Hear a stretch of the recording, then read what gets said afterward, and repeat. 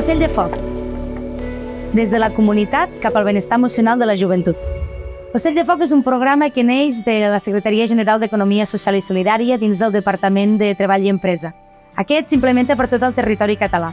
Nosaltres som les representants d'Ocell de Foc de Ciutat Vella i Eixample. I el que busca el programa és fomentar l'autonomia de les persones joves que habiten cada dia en aquest espai.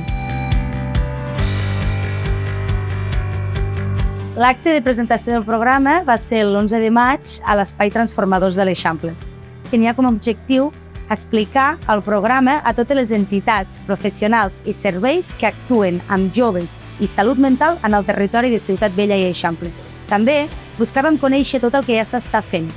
Començar a teixir xarxes juntes per tal d'intentar treballar cols en cols els propers 2 anys.